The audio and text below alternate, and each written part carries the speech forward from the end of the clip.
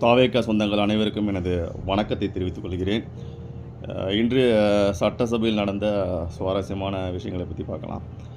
அதுக்கு முன்னாடி என்னோடய வீடியோ உங்களுக்கு பிடிச்சிருந்தா சப்போர்ட் பண்ணுங்கள், லைக் பண்ணுங்கள், சப்ஸ்கிரைப் பண்ணுங்கள். பேசுங்க ஐயா, பேசுங்க பேசுங்க பேசுங்கன்னு பேனரை பிடிச்சி நின்றீங்க. சட்டசபைக்கு வெளியில் பேச சொல்லி கத்துனீங்க, கதறினீங்க. அதான் எங்கள் தளபதி பேசினார். ஆனால் உங்களுக்கு கோபம் வந்துடுது. ஆமாம், அப்பாவை காணோம், உங்கள் அப்பாவை காணோம் தான். தேடி கண்டுபிடிங்க, திரும்ப கொண்டு வாங்க, சட்டசபையில் கொண்டு வாங்க, அதை செஞ்சு காட்டுங்க.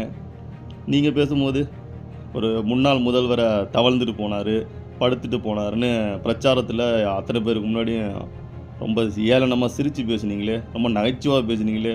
அப்போ உங்களுக்கு கோவம் வரல? அப்போ அது தப்பாக தெரியலையா? எங்கள் தளபதி சொன்னோன்னா உங்களுக்கு தப்பாக போயிடுச்சு. இத்தனைக்கும் எங்கள் தளபதி உங்கள் அப்பா பேரை கூட சொல்ல கிடையாது, மரியாதையாக மாண்புமிகுன்னு சொல்லி அவருக்கு கொடுத்த பட்டமாக இருக்கிற பெயரை சொல்லி தான் கூப்பிட்றாரு. ஆனால் அந்த மாண்பு உங்களுக்கும் தெரியாது, உங்கள் கட்சிக்கும் தெரியாது, உங்கள் கட்சியில் இருக்கிற உறுப்பினர் யாருக்குமே தெரியாது. அதான் பேச சொன்னீங்களே, பேசிட்டார். ஆனால் உங்களால் எங்கள் தளபதி பேச ஆரம்பித்தோன்னே முடியல, கூட்டத்தோடு காலி பண்ணிட்டு போகிறீங்க. இதான் உங்களுடைய வீரம்.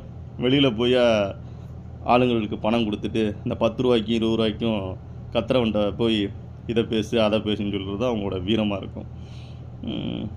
அப்புறம் சொல்கிறீங்க ஆட்சி செய்ய தெரியாது, சட்டமன்ற உறுப்பினர்கள் தெரியாது, அமைச்சர்கள் தெரியாது. ஆமாம், சட்டமன்ற உறுப்பினர்களுக்கு தெரியல, அமைச்சர்களுக்கு தெரில, எங்கள் தளபதிக்கும் தெரில, உங்களை மாதிரி ஊழல் செய்ய தெரில, பொய் சொல்ல தெரில.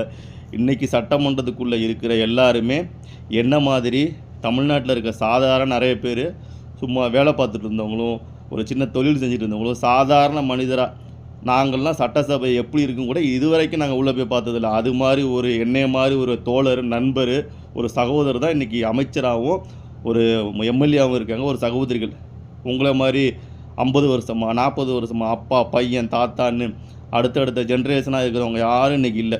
அதனால் எங்களுக்கு கற்றுக்க நேராகவும், ஆனால் உங்களை மாதிரி ஊழல் செய்ய கற்றுக்க மாட்டோம், மற்றவங்களை ஏளனப்படுத்த கற்றுக்க மாட்டோம். மக்களுக்கு நல்லது செய்கிறதையும் அரசாங்கத்தை தூய்மையாகவும் திறம்பட செய்கிறது தான் நாங்கள் கற்றுக்குவோம். நன்றி.